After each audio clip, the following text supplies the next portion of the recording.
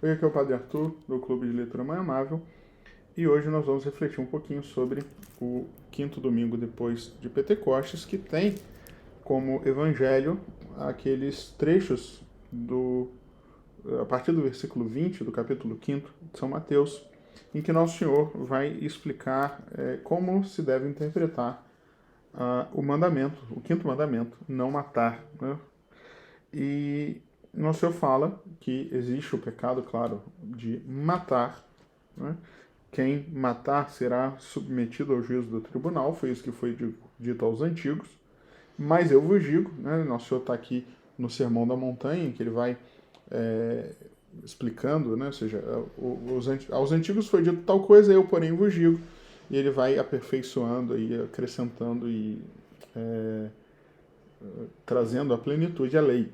Então ele diz que quem se irá contra o seu irmão será submetido ao juízo do tribunal. Não basta matar, não significa só ir lá e tirar a vida, né? Mas a ira já é um pecado contra o quinto mandamento. E o que chamar o seu irmão imbecil será condenado pelo sinédrio, né? Esse imbecil é o raca. Né? Raca é um termo aramaico que é uma manifestação de desprezo, certo? E quem chamar ao seu irmão de louco será condenado ao fogo da hiena. Então, quem chamar de raca vai ser condenado pelo sinédrio, quem chamar de louco será condenado ao fogo da hiena. E louco significa aqui renegado, né? É uma ofensa maior. Esse louco aqui significa aquela pessoa que perdeu completamente o senso moral, o senso religioso seria a pior ofensa. E aqui, o que é uma coisa interessante, né? O ponto que eu queria mostrar para vocês. Nosso Senhor está falando aqui do pecado contra o quinto mandamento, não matarás. E ele mostra que não só esse pecado não deve ser interpretado somente como a proibição do homicídio, né, ou do assassinato, mas que existe uma série de coisas que entram nesse não matar. E que essas coisas todas que entram no não matar, ou seja, os pecados relacionados à ira, eles têm uma gradualidade, que é uma coisa muito importante, que às vezes as pessoas esquecem isso, de que existe diferença entre pecado e pecado. Tem gente que às vezes fala assim, pecado é tudo pecado. Não, ou seja, o pecado mortal é uma coisa, o pecado venial é outra. Dentro dos pecados veniais tem pecados veniais piores, ou seja, mais ou menos pesados, né, digamos assim, e a mesma coisa com relação aos pecados mortais. Evidente, ou seja, uma coisa é você matar uma pessoa, outra coisa é você matar a sua mãe, outra coisa é você matar 5 pessoas, uma coisa é você se irar contra o irmão, outra coisa é você chamar de imbecil, outra coisa é você fazer um xingamento pior. Então a gente tem que ter essa noção que existe uma gradualidade nos pecados e, evidentemente, uma gradualidade também nos castigos. Né? Tem umas pessoas que têm uma ideia bem esquisita de que a pessoa já está em pecado mortal, aí ela fala assim, já vou ter que me confessar mesmo, aí vai fazendo um monte de outros pecados mortais, como se fosse tudo a mesma coisa, né? Como se ela não fosse merecer, por isso, castigos piores.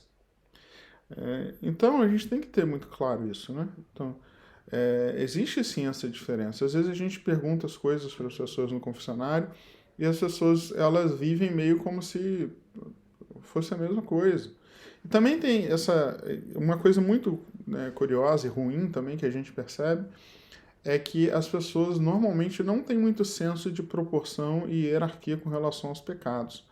As pessoas vêm com essa história de que o que mais me incomoda é isso aqui. Normalmente, aquilo que mais te incomoda não é o seu pecado mais grave. E muitas das vezes nem é pecado.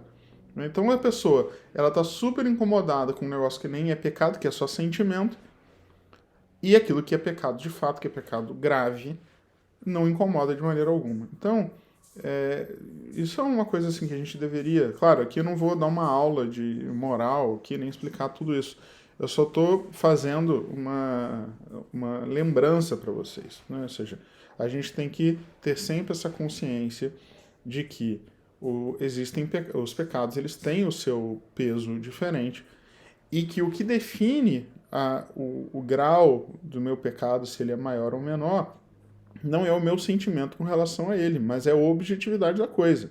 Já tem coisas que ofendem mais a Deus, tem coisas que ofendem menos. Tem coisas que são piores para os outros, tem coisas que não que são menos piores, digamos assim, né? Então, e a gente tem que buscar conhecer a doutrina da igreja para que a gente justamente não fique ou nessa ideia esquisita de achar que é tudo a mesma coisa, ou então que a gente não fique, às vezes, errando o alvo, no sentido assim, porque se a gente não sabe o que é mais prejudicial para a nossa alma, a gente corre o risco de viver toda a nossa vida espiritual se concentrando em coisas que são menos importantes e deixando passar outros. É como se fosse aquilo que o nosso Senhor falou numa outra passagem, que ele fala da pessoa que engole a mosca, não deixa passar a mosca, mas engole o camelo. Né? Então, às vezes as pessoas fazem isso, elas ficam ali preocupadas com minúcias de coisas que nem são pecado e esquecem de pecados grandes que, porque não incomoda, né, eu acabo não me importando tanto. Então, e eu queria também trazer aqui uma citação de São José Maria Escrivá, do Forja, porque o pecado contra a caridade, que é o assunto da leitura de hoje, não é só algo que a gente deve evitar, mas a gente deve transcender isso na busca da vivência de uma caridade heróica. Ou seja, não basta só a gente evitar os pecados, é preciso que a gente viva o esforço positivo contrário, que é de viver de forma positiva a caridade com as pessoas. E no número 150 de Forja, São José Maria Escrivá diz assim, não é Forja esse livrinho aqui: Oxalá saibas todos os dias e com generosidade sacrificar-te alegre e discretamente para servir e tornar agradável a vida aos outros. Este modo de proceder é a verdadeira caridade de Cristo. Então, a gente se esforçar não só para não cair nos pecados contra a caridade, mas a gente viver de fato de forma positiva a caridade, nessa maneira que ele fala aqui: todos os dias com generosidade, se sacrificar de forma alegre e discreta para servir e tornar agradável a vida aos outros. A gente acabou de sair de um ciclo de leitura aqui no clube, em que a gente leu o livro Tornar a Vida Amável. E é justamente isso, ou seja, a caridade que a gente deve viver é de a gente saber perder, ou seja, a gente saber sacrificar a nós mesmos para que os outros tenham uma vida mais agradável, né? Ou seja, para que os outros tenham uma vida melhor, mais leve, mais feliz.